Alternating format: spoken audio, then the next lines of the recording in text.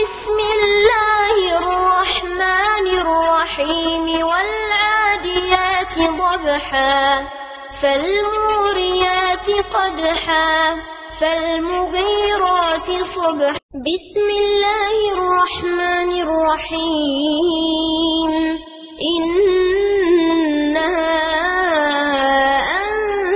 أنزلناه في ليلة القدر وما أدراك ما ليلة القدر ليلة القدر. கண்ணியத்திற்குரிய எல்லாம் வல்ல அல்லாஹ் ஜல்ல ஷானஹு தஆலாவின் நல்லடியார்களே, இஸ்லாத்தின் பார்வையில் சூனியம் என்ற இந்த தலைப்பில் சூனியம் என்ற ஒன்று கிடையாது, அது ஒரு ஏமாற்றக்கூடிய ஒரு மோசடியான வித்தை, அதை கொண்டு எதுவுமே செய்ய முடியாது என்பதை தகுந்த ஆதாரங்களோடும் காரணங்களோடும், அப்படி சூனியத்தால் ஏதாவது பாதிப்பு ஏற்படுத்த முடியும் என்று யாராவது நம்பினால் அவர்கள் அந்த சூனியக்காரனை அல்லாஹ் அளவுக்கு சக்தி பெற்றவனாக கருதுகிறார்கள், அல்லாஹ்வை போன்று செயல்படக்கூடியவனாக கருதுகிறார்கள் என்கிற ஒரு பயங்கரமான விளைவை நாம சுட்டிக்காட்டினோம். அதனால நபிகள் நாயகம் ஸல்லல்லாஹு அலைஹி வஸல்லம் அவர்களுக்கு சூனியம் செய்யப்பட்டதாக புகாரியில ஹதீஸ் வந்தாலும் அது ஏற்கனவே நம்ம சுட்டிக்காட்டிய சில ஹதீஸ்களை எடுத்து காட்டணும் இல்லையா, அந்த பட்டியலில் சேர்க்கப்பட்டு அதை நம்ம நிராகரித்து விட வேண்டும். அடுத்ததாக இன்னொரு முக்கியமான விஷயம், இஸ்லாத்தில் இருக்கிற ஒரு பெரிய அற்புதம் நமக்கு திருக்குர்ஆன் தான். நபிமார்கள் வாழக்கூடிய காலத்தில எல்லாம் நபிமார்களே வந்து சில அற்புதங்களை செஞ்சு காட்டுவாங்க. அந்த அற்புதங்களை பார்த்துவிட்டு மக்கள் இவர் இறை தூதர் தான் என்று இஸ்லாத்தை ஏற்றுக்கொள்வார்கள். நபிகள் நாயகம் ஸல்லல்லாஹு அலைஹி வஸல்லம் கடைசி நபி என்ற ஆன காரணத்தினால் அவங்களுக்கு பிறகு இப்ப தூதர்லாம் வரமாட்டாங்க. தூதர்கள் வருவார்களே ஆனால் நான் இறை தூதர் என்பதற்காக சில அற்புதங்களை செஞ்சு காட்டுவாங்க, அதை வச்சு நம்ம ஒரு தூதர் தான் என்று நம்ம ஏற்றுக்கொள்வோம். அந்த மாதிரியான வாய்ப்பெல்லாம் நபிகள் நாயகம் ஸல்லல்லாஹு அலைஹி வஸல்லமுடைய உம்மத்துக்கு இப்ப இல்லை. ஏன்? அவங்க கடைசி நபி என்று ஆகிவிட்டார்கள். அவர்கள் இறுதி தூதர் என்று சொன்னால் அப்ப நமக்கு ஒரு அற்புதம் வேணுமா இல்லையா? தூதர் எப்படி நம்புறது? முஹம்மது ஸல்லல்லாஹு அலைஹி வஸல்லம் அவர்கள் மனிதராக இருந்தார்கள், அவங்களை அல்லாஹ்வுடைய தூதராக நியமித்தான் என்பதற்கு நம்ம நம்புவதற்கு என்ன ஆதாரம் நம்ம கையில இருக்கிறது என்று பார்த்தால் திருக்குர்ஆன் தான் இருக்குது. நபிகள் நாயகம் ஸல்லல்லாஹு அலைஹி வஸல்லம் சொன்னார்கள், எனக்கு முன்னால் அனுப்பப்பட்ட நபிமார்களுக்கெல்லாம் அல்லாஹ் அற்புதங்களை கொடுத்திருந்தான், எனக்கு வழங்கப்பட்ட சிறந்த அற்புதம் திருக்குர்ஆன். அப்ப இந்த குர்ஆன் என்பது அல்லாஹ்விடமிருந்துதான் வந்தது என்பதை குர்ஆனே நிரூபிக்கிறது. இது அல்லாஹ்விடமிருந்து வந்தது என்பது நிரூபிக்குமேயானால் அது கொண்டு வந்தவர் தூதருங்கிற நிறுவனமாயிரும். செய்தி அல்லாஹ்வுடையதாக இருக்குமேயானால் செய்தியை கொண்டு வந்தவர் தூதர் தானே.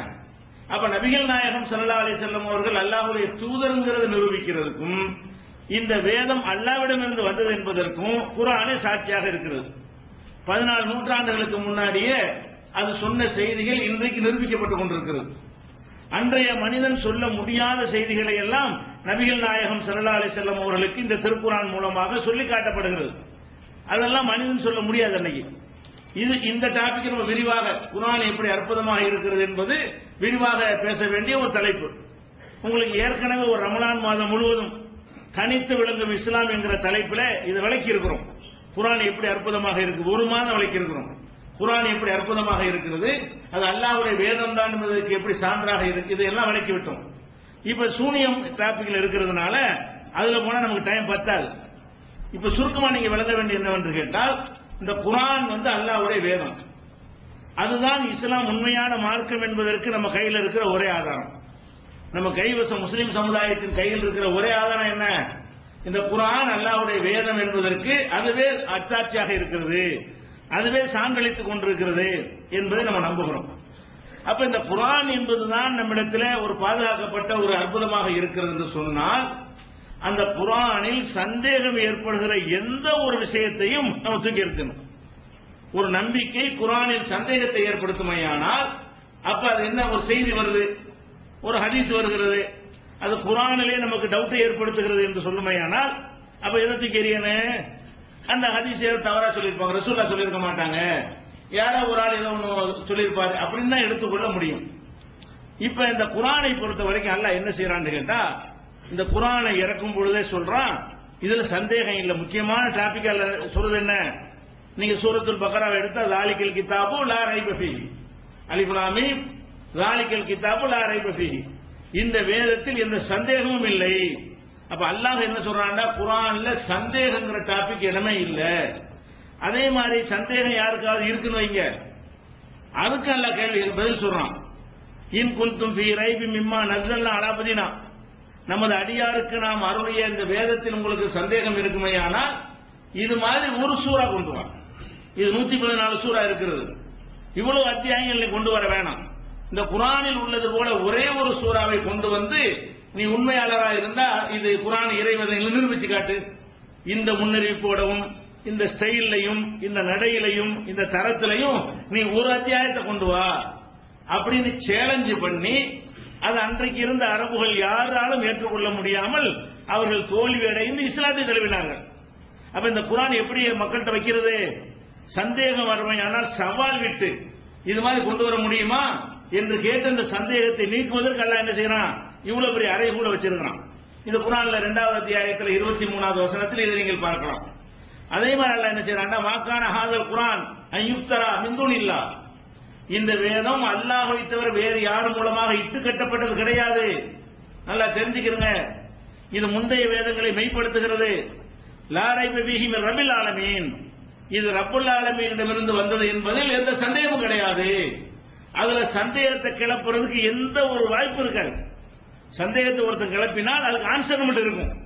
அந்த மாதிரியான ஒரு அடிப்படையில் இந்த வேதம் அருளப்பட்டது என்று 10வது அத்தியாயத்தில் 37 வசனத்தில் அல்லாஹ் சொல்கிறான்.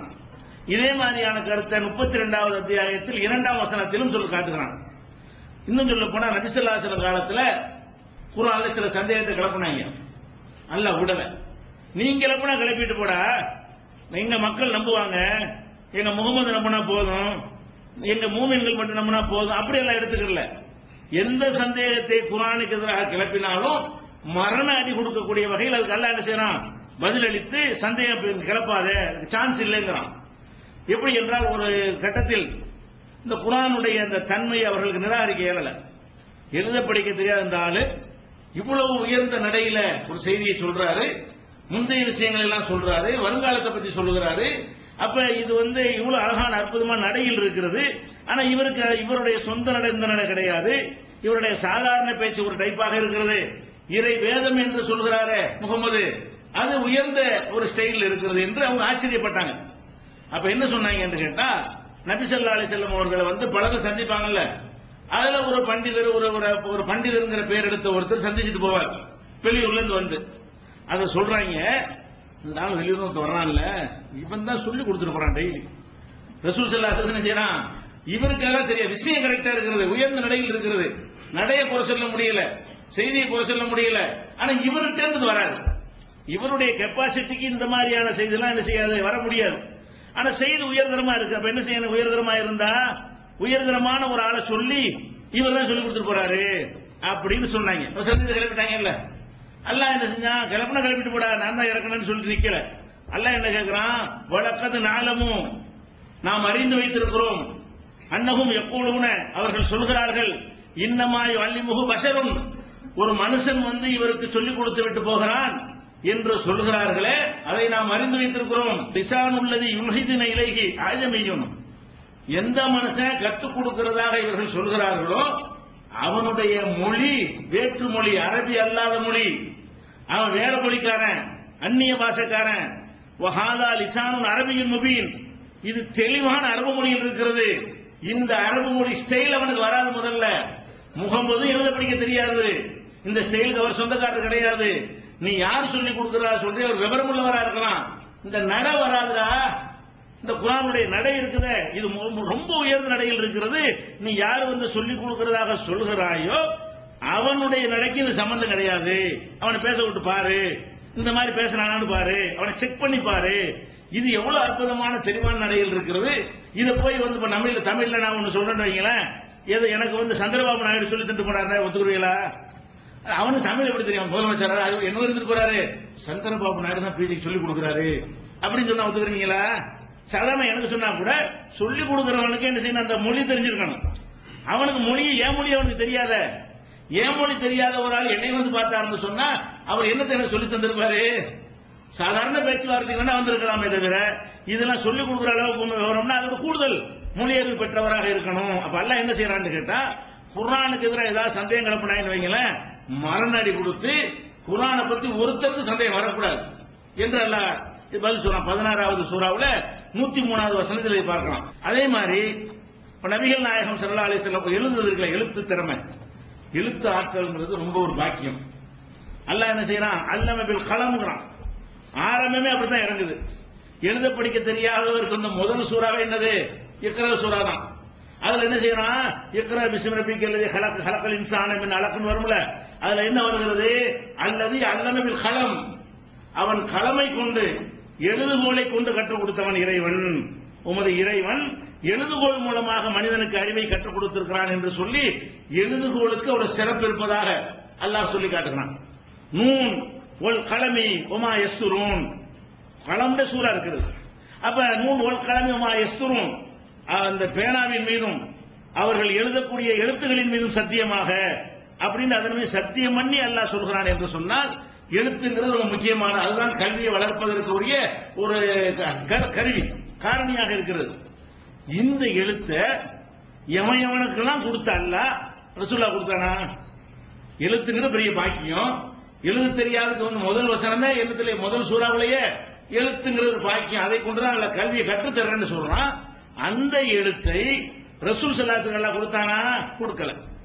அவங்களுக்கு எழுதவும் தெரியாது, படிக்கவும் தெரியாது. சரி, எழுதவும் படிக்கவும் தெரியாதுன்னு சொன்னா கூமுட்டையா வரலையா, பள்ளிக்கூடத்தில் சேர்த்து பாடம் வரல கட்டி விட்டாங்கன்னா அப்படி கிடையாது. ரொம்ப ஷார்ப், ரொம்ப விவரமான ஆளு நபி ஸல்லல்லாஹு அலைஹி வஸல்லம் அவர்கள், ரொம்ப விவரமான பெரிய அறிவாளி. கற்றுக்கொள்ள அல்லாஹ் நினைத்திருந்தானே ஆனால், அல்ல ரசூல் ஸல்லல்லாஹு அலைஹி வஸல்லம் இதை கற்றுக்கொள்ள விரும்பி இருந்தார்களே ஆனால் மற்ற எல்லாரையும் விட அதிகமாக கத்திருப்பாங்க.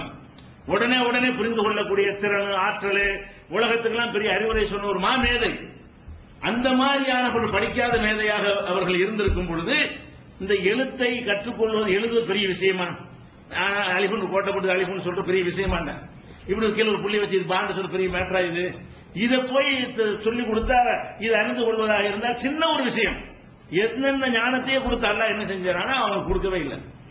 எது கொடுக்கல அல்லாஹ் காரணம் சொல்றான். எது கொடுக்கல தெரியுமா? வேணும் தான் செஞ்சேன். வேணும்னு ஆடு மேய்க்க விட்டு அவரை வறுமையில் ஆக்கி, அந்த வறுமையில் ஆட்டி படிக்க வச்சிருப்பாங்கல்ல, வறுமை இருந்தா என்ன செய்வாங்க, எங்க ஆடு மேய்க்க விட்டுருவாங்க. ஆடு மேய்க்க விட்டு அவங்க சின்ன பாட வியாபாரத்துக்கு பழக்கி விட்டு இப்படியே போன்னு சொல்லி இருந்துச்சுன்னா அல்ல விட்டுட்டு அந்த வாய்ப்பை ஏற்படுத்தியே கொடுக்கல. அந்த சமூகத்தில் சில பேர் எழுத படிக்க தெரிஞ்சாங்க, வசதி உள்ள மக்கள் எழுத படிக்க தெரிஞ்சிருந்தாங்க, இவங்களுக்கு இந்த சான்ஸ் எல்லாம் கொடுக்கல. அதுக்கு காரணம் சொல்றான், ஒமா குன்த தத்லு மின் கப்லிஹி மின் கிதாபின், இதற்கு முன்னால் எந்த வேதத்தையும் நீ வாசித்தது இல்லை முகமதே. குர்ஆன்ல அல்லாஹ் சொல்றான், குர்ஆன்ல சொல்றான், எந்த ஒரு புத்தகத்தையும் நீ வாசிச்சது கிடையாது. வலா தகுத்துஹு பி யமீனிக, இனியும் உன்னுடைய வலது கையால் நீ எழுத மாட்டீர். இதுக்கு முந்தைய நீ வாசிச்சது கிடையாது, இனிமேலாவது எழுதுவாயா என்றால் எழுத தெரியாது உனக்கு அப்படின்னு சொல்றான். ஏன் என்று கேட்டால், இதன் லர்தாபல் முகுத்திலூன், உனக்கு எழுத மட்டும் நான் கத்து தந்திருந்தேன் வை, அது ஒண்ணு போது குர்ஆனை பொய்யாக்குது. குர்ஆன் இறைவேதம் இல்லை என்று சொல்வது எது போது? எழுத தெரிந்தவராக இருந்தால் பல புஸ்தகங்களை படிப்பார், அங்கிருந்து காப்பி அடிப்பார், அதை நமக்கு சொல்வார். இவர் சொந்த விஷயங்கள் பெரிய விஷயமா இருக்குன்றீங்க, அவர் படிச்சவராக இருந்தா என்ன செய்வாங்க, அவ்வளவு புத்தகத்தையும் கொண்டுவாங்க, எல்லாத்தையும் ரூம்ல வந்து விடி படிச்சுட்டு ஒரு கலந்து அவர் ஒரு புத்தகம் செய்து சொல்லுவார். பார்த்தா பயங்கரமான அறிவாளியா இருக்க நினைப்பாங்க, ஆனா அவருடைய ஒண்ணுமே இருக்காது, எல்லாம் படிச்ச சுட்டது.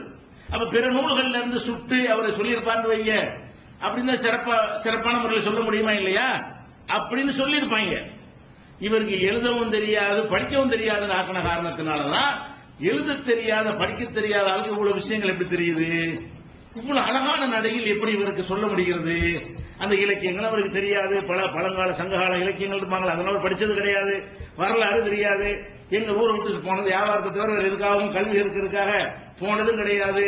அப்ப ஊர்ல யாரும் பெரிய பண்டிதர்கள் இருந்தாங்க, எல்லாம் உண்மையா இருந்தா கொஞ்சம் பேரை தவிர, அப்ப யார்த்தையும் படிச்சதும் கிடையாது. அப்ப இப்படியான ஒரு ஆளா வைத்திருந்த எதுக்கு தெரியுமா? அல்லாஹ் சொல்றான், இதன் லர்தாபல் முகுத்திலூன், நான் மாத்திரம் உனக்கு எழுத படிக்க கற்றுத்தந்து இருந்தால் வீணர்கள் இந்த குர்ஆனில் சந்தேகப்பட்டிருப்பார்கள். எதுக்காக கற்றுக் கொடுக்கல? குர்ஆன் அல்லாஹ்வுடையது என்பது எவனுக்கு சந்தேகம் வரக்கூடாது. எழுத படிக்க தெரியாதவன் அப்படி சொல்றாரு, இவ்வளவு ஹை ஸ்டைல்ல சொல்றாரு, இவ்வளவு பெரிய உண்மை, அரிய பெரிய உண்மைகள்லாம் சொல்றாரு. அப்ப இவர் சொல்லல. இந்த சொல்லுக்கு இவர் சொந்தக்காரர் ஆகக்கூடாது, இந்த சொல்லுக்கு அவன் சொந்தக்காரன் ஆகணும். யார் கொடுத்தானோ அந்த அல்லாஹ் சொந்தக்காரன் ஆக வேண்டும்.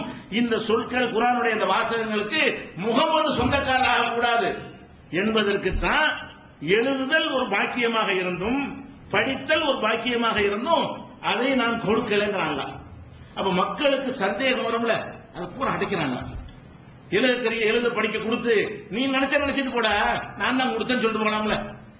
ரசூல் ஸல்லல்லாஹு அலைஹி எழுத படிக்கிற ஆற்றலை கொடுத்துட்டு வேதத்தையும் கொடுத்துட்டு எவனாவது விமர்சனம் பண்ணான்னு வைங்க, நீ பண்ண பண்ணிட்டு போ, நான் தான் கொடுத்தேன் அப்படின்னு சொல்லலாம். அல்லாஹ் என்ன எதிர்பார்க்கலான்னு கேட்டா, ரசூலுல்லாஹ்வுக்கும் சந்தேகம் வரக்கூடாது, அவனுக்கு வரக்கூடாது. அப்பதான் அவன் இங்க வருவான். இது வேதம்ங்கிறது அவனுக்கு சந்தேகம் வந்து விட்டது என்றால் அவன் எப்படி இஸ்லாத்துக்கு வருவான்? குர்ஆன் அல்லாஹ்வுடைய வேதம் ஏற்றா தனக்கு முஸ்லீம் ஆகுவான். முஸ்லீம் சந்தேகப்படக்கூடாது என்பதற்காக அல்லாஹ் பார்க்கவே இல்லை. யாரும் சந்தேகப்படக்கூடாது, அப்பதான் அவர்கள் முஸ்லீமாக ஆவார்கள். அப்ப அனைவரும் இஸ்லாம ஆக வேண்டும் என்று சொன்னால் இந்த குர்ஆன்ல நுழைந்து பார்த்தால் ஒரு டவுட் அவர் வரக்கூடாது அப்படின்னு இவ்வளவு ஏற்பாடு எல்லாம் பண்றான். இது 29வது சூறாவுல 48வது வசனத்தில் இருக்கிறது. ஹுதைபியா உடன்படிக்கை நேரத்தில் கூட என்ன செய்வாங்க, அந்த அவங்க எழுத தெரியாது என்று நிரூபணமாகும். என்ன நிரூபணமாகும்? கையெழுத்து போடுவாங்க, ஒப்பந்தம் போடும்போது முகமது ரசூலுல்லாஹ் என்ன செய்வாங்க, அந்த டிராப்ட்ல ரசூலுல்லாஹ் பத்தி எழுதும்போது முகமது ரசூலுல்லாஹ்வுக்கும் அவர்களுக்கும் செய்து கொண்ட ஒப்பந்தம் வரும்ல, உடனே அவங்க என்ன செய்வாங்க, முகமது ரசூலுல்லாஹ் ஏன் போடுற, நாங்க ஏத்துட்டோம் ரசூலுல்லாஹ் சொன்னோமா, அப்துல்லாவுடைய மகன் எழுது, நீ உன்னை ரசூல் எழுதுன பஞ்சாயத்து இல்லை இப்ப நமக்கு உனக்கு, நான் நீ அல்லாஹ்வுடைய தூதர்னு சொல்ற, நான் வந்து அப்துல்லா மகன் சொல்றேன், அதைத்தான் நீ எழுதணுமே தவிர அல்லாஹ்வுடைய தூதர்னு எப்படி எழுதுவது அப்படின்ன உடனே உமர் ரலியல்லாஹு அலி எல்லாத்துக்கும் கோவம் வருது. அழிக்க கூடாது, முகமது ரசூலுல்லாஹ் தான் சொல்லுவாங்கிறாங்க. அட நீ உனக்குள்ள சொல்லி கேட்ப, நானும் நீனும் செய்யற ஒப்பந்தத்துல உங்க கருத்தை ஏன் மேல திணிக்கிற, நீ அல்லாஹ்வுடைய ரசூலுக்கு செய்த அல்லாஹ்வுடைய ரசூலோட நாங்கள் ஒப்பந்தம் செய்யவில்லை, அப்துல்லாவுடைய மகனோடு தான் செய்கிறோம் அப்படின்னு புரியாத பிடிக்கிறாங்க. அப்ப ரசூல் ஸல்லல்லாஹு அலைஹி வஸல்லம் செய்றாங்க, அலி அதை அழிச்சிரு, மருமகனை கூப்பிட்டு அந்த முகமது ரசூலை அழிச்சிருங்கிறாங்க. அவர் மாட்டேங்கிறாரு, அழிக்க முடியாது, முகமது ரசூல் அழிச்சா என்ன வாங்கினேன், அல்லாஹ்வுடைய ரசூல் இல்லைன்னு அந்த மாதிரி சிம்பாதிக்க அந்த வராது ரசூல்லா சொல்லும் அழிச்சிடலாம். அவர் தயங்குறாரு. என்ன தயங்குறாரு, முகமது ரசூல்லா போய் அடிச்சோம்னா அது எப்படி சரியா வரும், ரசூல்லா இல்லைன்னு சொன்ன மாதிரி ஆயிருமே பயந்துகிட்டு மாட்டேங்கிறாரு. அப்ப ரசூல் ஸல்லல்லாஹு செய்றாங்க, அது கொண்டா எங்க முகமது ரசூல் அழித்து எங்கிட்ட கேட்கிறாங்க, ஒரு சின்ன டிராப்ட், அதுல அவங்க பேரு என்ன மாதிரி இருக்குங்கிற அந்த வாசல் இருக்கு உங்களுக்கு தெரியல, அந்த இடத்தை காட்டு கேட்டு அதை அழிக்கிறாங்க. அதுல அந்த ஹதீஸில் சொல்லப்படும், ஏனென்றால் ரசூல் ஸல்லல்லாஹு அலைஹி வஸல்லம் அவர்கள் படிக்க தெரியாத இருந்தார்கள் என்கிற அளவுக்கு பெரிய பெரிய படிப்பு இல்ல, தன் பெயரை வாசிக்க தெரியாத அளவுக்கு வேல் ஆகிறாங்க. ரசூல் ஸல்லல்லாஹு அலைஹி எப்படி ஆயிருக்கான்னு கேட்டா, தன் பெயர் எழுதப்பட்டிருக்குமே, ஆனால் சில படிக்காதவங்க இருப்பான், அவன் பேர் கரெக்டா இருக்கும், கையெழுத்தும் கரெக்டா போடுவாங்க, படிக்க தெரியாது, ஆனா அவனாவும் தெரியாது, இப்படி போட்டா நம்ம பேரு அப்படின்னு மட்டும் தெரிஞ்சுக்கிட்டு கையெழுத்து போறாங்க இருக்கா இல்லையா, அப்படி கூட ஆகல. முகமது ரசூலுல்லாஹ்ங்கிற வார்த்தை இருக்குது பேப்பர்ல, அது எங்கிறத கேட்டு தெரிகிற அளவுக்கு தான் இருந்தார்கள். மேலும் செஞ்சாங்க, எதுக்கா செஞ்சான், அப்படி இருந்தா தான் இது முகமது எழுத இந்த கையெழுத்து கூட போட தெரியாத ஒரு ஆளு, தன் பெயரை கூட வாசிக்க படிக்க எழுத தெரியாத ஒருவராக இருந்தால் இவ்வளவு பெரிய பேர் இலக்கியத்தை எப்படி சொல்ல முடியும், இவ்வளவு உயர்வான தரத்தில் இந்த போதனை எப்படி சொல்ல முடியும், அவர் சொல்லல காக்கணும், அதுதான் நேரத்தை அவர் சொல்லல நான் சொன்னேன், அல்லாஹ்வையே நான் சொன்னேன் இப்படிங்கிறது தான் இதை செஞ்சேன்னு அல்லாஹ் காரணத்தோட சொல்றான் 29-48 வசனத்துல. அதே மாதிரி பல இடங்கள்ல குர்ஆன்ல முரண்பாடு இல்லைங்கிறான், சிந்திக்க மாட்டேங்கிறான், தவறு வராதுங்கிறான், இதை நாமே பாதுகாப்போங்கிறான். இது எல்லாமே எதை சேர்ந்தது, குர்ஆனில் டவுட் வரக்கூடாது என்பதுதான். இத மனசுல பதிய வச்சுக்கங்க. இஸ்லாமுடைய பேசிக் என்னது, குர்ஆனில் டவுட் வரவே கூடாது. இப்ப ரசூல் ஸல்லல்லாஹு அலைஹி வஸல்லம் சூனியம் வச்சிட்டாங்கன்னு சொல்றாங்கல்ல, அந்த ஹதீஸ்க்கு வாங்க. ரசூல் ஸல்லல்லாஹு அலைஹி வஸல்லம் அவர்களுக்கு சூனியம் வைக்கப்பட்டது. சூனியம் வைக்கப்பட்டு என்ன நடந்தது, ஒரு 6 மாத காலத்திற்கு செய்யாததை செஞ்சதாக சொன்னார்கள். இது நீடித்தது, அடிக்கடி நடந்தது, மனைவிமாருடன் சேர்ந்தது உள்பட அதை கூட தப்பாக நினைக்கும் அளவுக்கு மனநிலை பாதிக்கப்பட்டு இருந்தார்கள். இதுதான் ஹதீஸுடைய சாராம்சம். இப்ப 6 மாச காலமா அவங்க செய்யாத செஞ்சதாக சொன்னால் ஒருத்தன் கேட்பான், என்ன கேட்பான், இந்த வீணர்கள் சந்தேகப்படுவார்கள் என்று எல்லாம் சொல்றான்ல, மூமின்களை விட்டுருங்க, அந்த வீணன் அந்த காலத்துல ஒரு வீணன் இருப்பான், கேட்டிருப்பான், என்ன கேட்டிருப்பான், என்னோட செய்யாத செஞ்சாங்கிற அப்ப இந்த வசனத்தை அல்லாஹ் சொல்றான்னு சொல்றிய, அது கூட அல்லாஹ் சொல்லாமத்தான் சொன்னாங்கிற. செய்யாததை செஞ்சதா சொன்னால் அல்லாஹ் சொல்லாததையும் சொன்னதா சொல்லலாம்ல. ஒரு மனிதர் செய்யாதையெல்லாம் செஞ்சதா சொல்றாருங்க. அப்படிப்பட்டவராக இருந்தால் அவரா 2 வரியை சொல்லிவிட்டு இது அல்லாஹ் சொன்னாங்கிறது. ஆனா அது சிகருடைய பாதிப்புலாம் சொன்னாரா, நெசமா வந்துச்சா, டவுட் வந்துரும்ல. நிஜமாக அல்லாஹ்விடம் வந்த செய்தியை அவர் சொல்கிறாரா, அல்லது சூனியத்தால் பாதிக்கப்பட்டு மனநோயாளி ஆயிட்டார அந்த பாதிப்பின் காரணத்தினால் ஒண்ணு கடக்க ஒண்ணு உளறி அது அல்லாஹ் சொன்னான் என்று சொல்கிறாரா என்கிற சந்தேகம் இதில் வருமா வராது. இந்த மாதிரி ஒரு நிலையை அல்லாஹ் ஏற்படுத்துவான ரசூலுல்லாஹ்வுக்கு. எழுத படிக்க கற்றுக் கொடுத்தாலே சந்தேகம் வரும்னு சொல்லி நீக்கிறாங்க. எழுத படிக்க வேணாம், அது சிறப்பு தான், உனக்கு சிறப்பு இல்ல, உனக்கு தரமாட்டேன் என்கிற அளவுக்கு அல்லாஹ் வந்ததை நீக்கிறான். எதுக்காக? குர்ஆனில் எவனுக்கு சந்தேகம் வரக்கூடாதுக்காக வேண்டி. இதுல எல்லாம் கவனமாக இருந்த அல்லாஹ் ரப்பல் ஆலமீன் தன் தூதருடைய மனசையே குழப்பி மனநோயாளியா ஆக்கி 6 மாத காலம் செய்யாதையெல்லாம் செய்தா சொன்னார் ஒரு நிலைக்கு தள்ளப்பட்டால், இப்ப அலிஃபுலாமின் ஸாலிகல் கிதாபுன்னு நான் வாசிக்கிறேன், இதுல சந்தேகம் வரும்ல. எப்படி வரேன்? 6 மாசம் ஒரு மாதிரியா இருந்தாங்களே, அப்ப சொல்லிருப்பாங்களே இத, அது குர்ஆன் இல்லைண்டா இருக்கும். ஒரு சூறா வாசிக்கிறேன், வாசிச்சேன் வாயிறேன், குர்ஆன்ல இருக்குது, ஆனா இது இந்த 6 மாசம் உள்ளதா இருந்தா என்ன செய்யறது?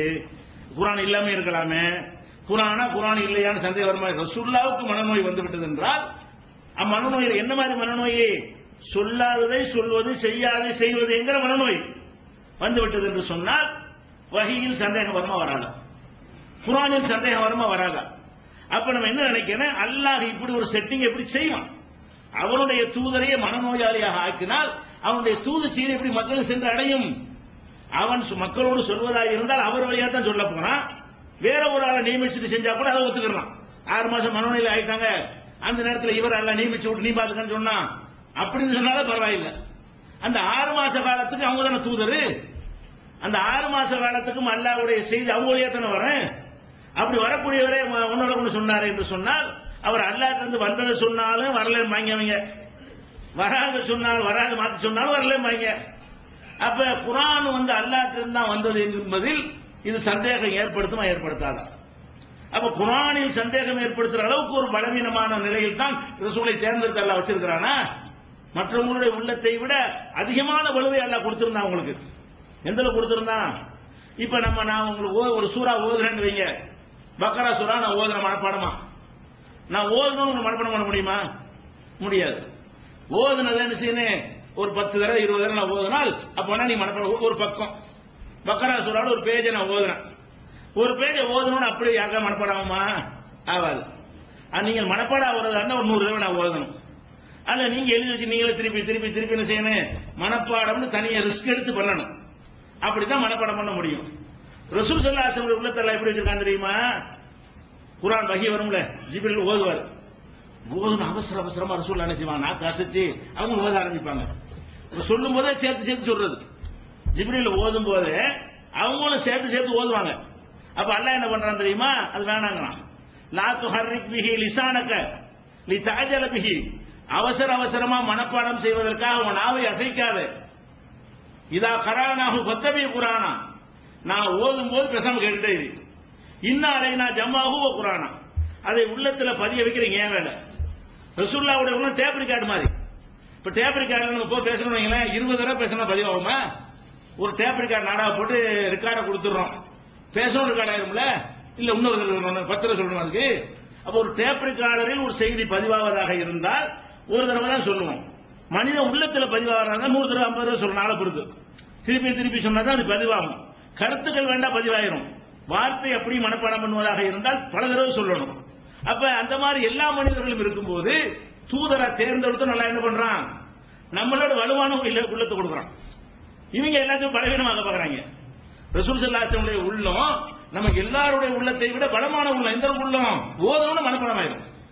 எவ்வளவு பெரிய சூறாவை ஒரு ஜிப்ரீல் ஓதினாலும் சரி, டேப் ரெக்கார்டு மாதிரி பதிவாகி அப்படியே மக்களுக்கு கூட சொல்லுவாங்க. மனப்பாடம் பண்ணுவதற்கு தனியா எந்த விதமான உழைப்பும் செய்ய தேவையில்லை உங்களுக்கு. அப்படி நல்லா குர்ஆன்ல சொல்லி காட்டுறான். நான் ஓதுன மனசுல பதிய செய்வது ஏன் கடமை? இன்ன அலைனா ஜமாஹு வ குர்ஆனா, அதை உன்னுடைய உள்ளத்துல திரட்டுவது ஏன் வேலை? அப்ப இந்த உள்ளம் பாதுகாக்கப்பட்டது, சிந்தனை பாதுகாக்கப்பட்ட விஷயம் நம்ம எல்லாத்துக்கும் இருக்கிறத விட கூடுதலா இருந்துச்சு இல்லையா? நமக்கு இருந்ததை விட செய்திகளை உள்வாங்கிக் கொள்ளக்கூடிய அந்த உள்ளம் நமக்கு இருந்தது வலிமையானதாக ரசூலுல்லாஹ்வுக்கு அல்லாஹ் கொடுத்திருக்கும் போது அவங்க மெண்டல் ஆயிட்டாங்க என்ன அர்த்தம்? இதை சொன்னா ரசூலுல்லாஹ் மெண்டலுக்காக நம்மள சொல்றான். இவன் தான் சொல்றான் மெண்டல், வார்த்தையை சொல்லல, சொல்றது இவன் நியாயப்படுத்துறான். ஹதீஸ்னு சொல்லிக்கிட்டு இட்டுக்கட்டு பற்றி பொய்யான ஒரு செய்தி தள்ளிட்டு போகாம ரசூல் ஸல்லல்லாஹு அலைஹி வஸல்லம் செய்யாதே செஞ்சா சொன்னார்கள், ஆர்மா சொன்னார்கள், அதான் அர்த்தம். அதுக்கு அர்த்தம் மனநோய் என்ன அர்த்தம்? அவன் எதை சொல்றான்னு அதை விலைக்கு சொல்லும் போது நம்ம இப்படி சொல்ற மாதிரி சித்தரிக்கிறாங்க. நீங்க சொல்றீங்க எப்படி? நீங்கள் இந்த சூனியத்தை நம்பினீர்களையா? சூனியம் வைக்கப்பட்டதாக நபி ஸல்லல்லாஹு அலைஹி வஸல்லம் சூனியம் செய்யப்பட்டு 6 மாச காலம் செய்யாதை செஞ்சேன் என்று சொன்னார்கள் அப்படின்னு சொல்வீர்களேயானால் நீங்கள் ரசூல் ஸல்லல்லாஹு அலைஹி வஸல்லம் அவர்களுக்கு மனநோய் ஏற்பட்டது. மனநோய் என்பதற்கு என்ன சொல்ல போனால் அப்படின்னு சொன்னாங்க, பைத்தியம்லாம் சொன்னாங்க. பைத்தியம் ஏற்பட்டது அப்படிங்கிற அளவு நீங்க சொல்ல வருவீர்களேயானால் அல்லாஹ்வுடைய ரசூலை மனநோயாளி என்று சொல்லக்கூடிய ஒரு செய்தி கரெக்டா இருக்குமா? வேற ஏதாச்சும் நோய் அப்ப தலைவலி வந்து காய்ச்சல் வந்துன்னு சொல்லுங்க, அதனால எல்லாம் சிந்தனைக்கு பாதிப்பு வராது. ரசூல் ஸல்லல்லாஹு நோய்வாய்ப்பட்டு கிடந்தாங்க 10 மாசம் கூட சொல்லுங்க சிகர்னால, அது வேற அந்த டாபிக்ல வரும்போது வகி டாபிக்ல வராது. நீங்க எங்க கை வைக்கிறீங்க? ரசூல் ஸல்லல்லாஹு சிகர் செய்யும் பொழுது அவங்களுடைய மனம் பாதிக்கப்பட்டது, பேதலித்து விட்டது, பிரமை ஏற்பட்டு விட்டது, மனப்பிரமைக்கு உள்ளானார்கள். மனப்பிரமைக்கு எப்படி ரசூல் உள்ளவாங்க? எவனோ ஒருத்தன் எங்கேயோ உட்கார்ந்து என்னமோ செஞ்சு அல்லாஹ்வுடைய தூதருக்கு மனப்பிரமை ஏற்படுத்தி விட்டான் என்று சொன்னால் அந்த செய்தி எனக்கு வேணும், எனக்கு வேதம் தேவையில்லையா? அப்ப குர்ஆன் தேவையில்லையா? குர்ஆனுடைய பாதுகாப்பு என்னன்னு தொலைஞ்சாலும் பரவாயில்லையா? அப்ப அல்லாஹ்வுடைய வேதத்தை பாதுகாக்கிறதுக்கு அவன் எவ்வளவு கடுமையான முயற்சிகள்லாம் அறிவுரை போதனை எல்லாம் சொல்லிக் கொண்டிருக்கிறான். இவங்க எல்லாம் என்ன செய்யறாங்க? அலட்சியப்படுத்த பாக்குறாங்க. அது போக ஒரு 6 மாச காலம்ல 6 மாச காலம் இப்படி ஒருத்தர் இருந்தார்னு சொன்னா அதை அனைவரும் சும்மா விட்டுருப்பாங்களா? ரசூல் ஸல்லல்லாஹு அலைஹி வஸல்லம் சாதாரணமா நம்ம இந்த களிய காவலியில் ஒரு விவாதம் பண்ணோம், உங்களுக்கு தெரியும். இந்த கபர் வணங்கி கூட்டுகிற விவாதம் பண்ணணும். விவாதம் பண்ணிட்டு வரும் ஒரு ஆக்சிடென்ட் ஆகி என்ன செய்ய விவாதத்தில் கலந்து திரும்பி போகும்போது நம்ம தாய்கள் 4 பேர் போகும்போது ஒரு ஆக்சிடென்ட் ஆகி ஒரு விபத்து காயம் ஏற்பட்டுச்சு. எம்ஐ சுலைமான எல்லாம் போனாங்கல்ல, ஏற்பட்டுச்சு. இது சின்ன சம்பவம். இது விட்டாங்களா? சாதாரண ஒரு ஆக்சிடென்ட் ஆனவன பார்த்தீர்களா அவளியாக்கள் செஞ்ச வேலைன்னு சொன்னாங்க. அதாவது என்ன செய்வாங்க கேட்டா தௌஹீத்வாதிகளுக்கு ஒரு சின்ன ஒரு ஏற்பட்டாலும் அல்லாஹ் தான் ஏற்படுத்த நம்ம நினைக்க மாட்டோம், நாம நினைக்க மாட்டோம். எதிரிகள் என்ன பண்ணாங்க? ஒரு விபத்து ஏற்பட்ட உடனே பார்த்தீர்களா விவாதத்தை முடித்து விட்டு போனார்கள். நாமளும் தான் சேர்ந்தீங்க. பாதி பேர் அதை பார்க்க மாட்டேங்கிறான். மீதி பேர் என்ன செய்யறாங்க? ஒரு ஆக்சிடென்ட்ல ஆன உடனே பார்த்தீர்களா அவளியா சும்மா விடுவாங்களா அப்படிங்கிறான். இது மனிதனுடைய இயல்பு. அப்ப யூதர்கள் எப்படியாவது இஸ்லாத்தை வீழ்த்தணும்னு கங்கணம் கட்டிட்டு இருந்தாங்க. ஏன்னா இஸ்லாம் வந்ததுனால மைனஸ் ஆன அவங்களுக்கு தான். யூதர்கள் தான் ஒட்டுமொத்த மதீனாவை ஆட்சி புரிஞ்சுட்டு இருந்தாங்க. அல்லாஹ்வுடைய ரசூல் ஒன்னொன்னா குறைஞ்சி குறைஞ்சி குறைஞ்சி குறைஞ்சி இவங்க பெரிய ஆளாகி அவன் சின்ன போயிட்டான். அவனுடைய மதத்தை விட்டு எல்லாம் கை கழுவி தான் முஸ்லீம் ஆகுறாங்க. அதனால இஸ்லாத்தின் வளர்ச்சியை தடுக்கணும் என்ற ஒரு வெறி அவனுக்கு இருந்தது. சின்ன சின்ன வாய்ப்பு சந்தர்ப்பம் கிடைச்சாலும் அதை பயன்படுத்துவதற்கு தயாராக இருந்தான். ரசூல் ஸல்லல்லாஹு அலைஹி வஸல்லம் 6 மாசம் அப்படி இருந்தாங்கன்னு வைங்க, லட்டு மாறிங்க அவனுக்கு. ரசூல் பத்தியா நாங்க என்ன பண்ண பத்தியா உலர வச்சு கிறுக்கன் ஆகிட்டோம்ல அப்படின்னு பேசிருப்பான்ல. உன்னை 10 100 பேசுறா, நீங்க உள்ளதை பேசினாலே போதும், கூட குறைய சொல்ல வேண்டியது இல்ல. 6 மாச காலம் செய்யாத செஞ்சேன்னு சொன்னார்கள், ஆயிஷா சொன்னாங்களே அது சொன்னாலே போதும். அப்ப அந்த மாதிரி எவனாச்சும் பேசுறானா? நடந்திருந்தா பேசிருப்பான்ல. ரசூல் ஸல்லல்லாஹு சூனியம் வைக்கப்பட்டு இருந்து அவர்கள் பாதிக்கப்பட்டு இருப்பார்களே, ஆனால் அந்த ரிசல்ட் எப்படி இருந்திருக்கும்? எந்த ஒரு அறிவிப்புல எடுத்து காட்டுங்க. ரசூலுல்லாஹ் சூனியம் வைக்கப்பட்டதை வைத்து எதிரிகள் கும்மாளம் போட்டார்கள், கூத்தடித்தார்கள், நாங்கள் ஜெயித்து விட்டோம் என்றார்கள். சின்ன சின்ன விஷயத்தை ஜெயிக்கிறாங்க அந்த காலத்துல சொன்னாங்க. இதை விட வெறி பிடிச்சவன் இருந்தான். அப்படி வேணா சொன்னானா? அப்ப சம்பவம் நடந்திருந்தால் அது அல்லாஹ்வுடைய ரசூலுக்கு, இன்னும் சொல்ல போனா அல்லாஹ்வுடைய ரசூலுக்கு மற்றவங்களுக்கு வித்தியாசம் இருக்குது. பொதுவாக தலைவர்கள் மக்களோட பழக மாட்டாங்க. அவருக்கு என்ன நடந்து யாருன்னு தெரியாது. ஒரு தலைவராக இருந்தாருன்னு சொன்னா அவரை சந்திக்கிறதுக்கு 7 அடுக்கு பாதுகாப்பு 8 அடுக்கு பாதுகாப்புலாம் இருக்கு. அவர் மென்டல் லூசா ஆயிட்டா கூட யாரும் கண்டுபிடிக்கல. ஒரு பிரதமர் ஜனாதிபதி லூஸ் ஆயிட்டான்னு வைங்களேன், அவனை அரசாங்கமா பார்த்து சொன்னாதான் கண்டுபிடிக்க முடியுமே தவிர அது வெள்ளை சட்டைங்க மட்டும் உட்கார வச்சு போடுவாங்க. அப்ப என்ன செய்ய அடி போயிட வேண்டியதான். உள்ளுக்குள் லூசா இருப்பான். இவனை சந்திக்க வைக்க நேரத்தில் மாத்த கொடுத்து விளையாட்டு சொல்லல, நிஜமா அப்படி. ஆனால் மறைக்க முடியுமா? முடியாதா? 7 அடுக்கு 8 அடுக்கு தாண்டி தான் அவரை சந்திக்க வேண்டும் என்ற நிலையில் இருந்தால் இதை ஒளிச்சிட முடியும். அப்ப உதாரணத்துக்கு ஒரு அரசியலுக்காக சொல்லல, எம்ஜிஆர் இருந்தார். அவர் பேசவே முடியாது. அவர் பேசக்கூடிய ஒரு மாதிரி சித்திரம் காட்டி மக்கள்கிட்ட இத்தனை வருஷம் நடத்தினாங்க.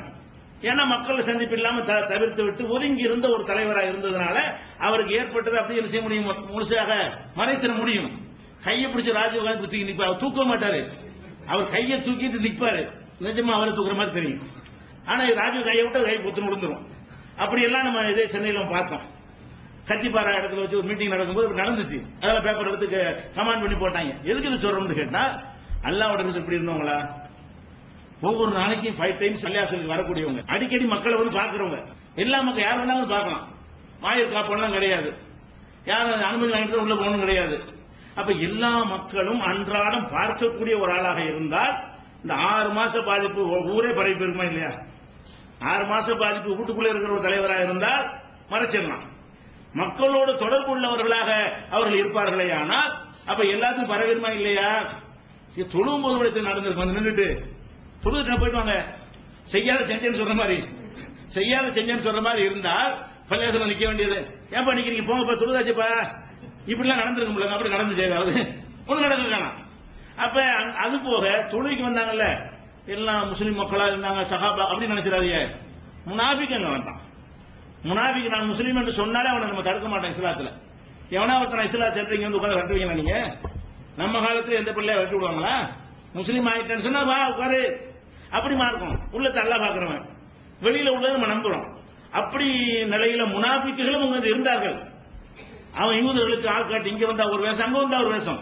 இதா லக்குள்ளதி நாமனும் கால ஆமன்னா இதா கலவையிலா சயாத்தினையும் காலம் இன்னாமாக்கும். இங்க வந்து அவங்கள சேர்ந்த ஆளுங்கிறது, அங்க போன அங்க சேர்ந்த ஆளுங்கிறது, இப்படியான ஒரு கூட்டம் பள்ளிவாசலும் தொழுவு மஸ்ஜித் நபவியில. இப்ப ரசூல் ஸல்லல்லாஹு இப்படியான ஒரு பாதிப்பு ஏற்பட்டால் அந்த பாதிப்பு 6 மாச காலத்துல ஒரு 10 தடவை பார்த்துக்க மாட்டான். பார்த்த சும்மா விட்டுருப்பானா? இதை கொண்டு போய் சொல்லாம இருந்திருப்பானா? சொன்ன அவன் சும்மா விட்டுருப்பானா? இந்த வாய்ப்பு அழகா பயன்படுத்திருக்க மாட்டான்.